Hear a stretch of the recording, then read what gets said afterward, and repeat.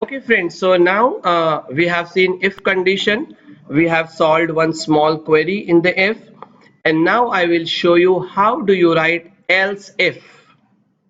Okay, it means here what we did, we checked this value and we saw, okay, over here if it is name, it should change with participant name. But here if it is not name, then what will happen? It will come out. If it is blank, then what? So I wanted to tell Excel, if here name is there, change it with participant's name. Type the word participant over here. Even if it is blank, then also type the participant. So you have put in two conditions.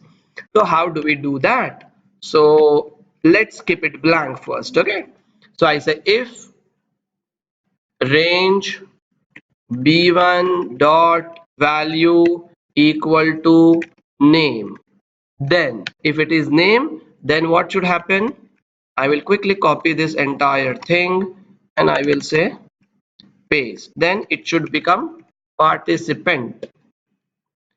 Else if means if it is name, participant will come, but now in this scenario there is no name word name, it is a blank. Then we will tell Excel, else if range b1 dot value equal to blank, if it is blank, then range b1 dot value equal to participant, and in the end you will say and if.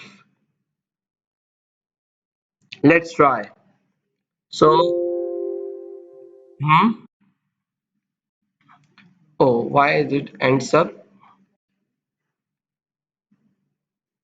if and if?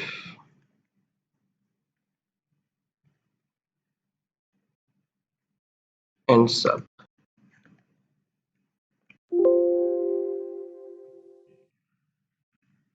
Okay.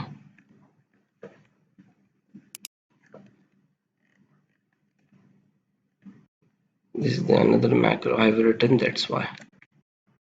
Okay. So there is no ends up in this.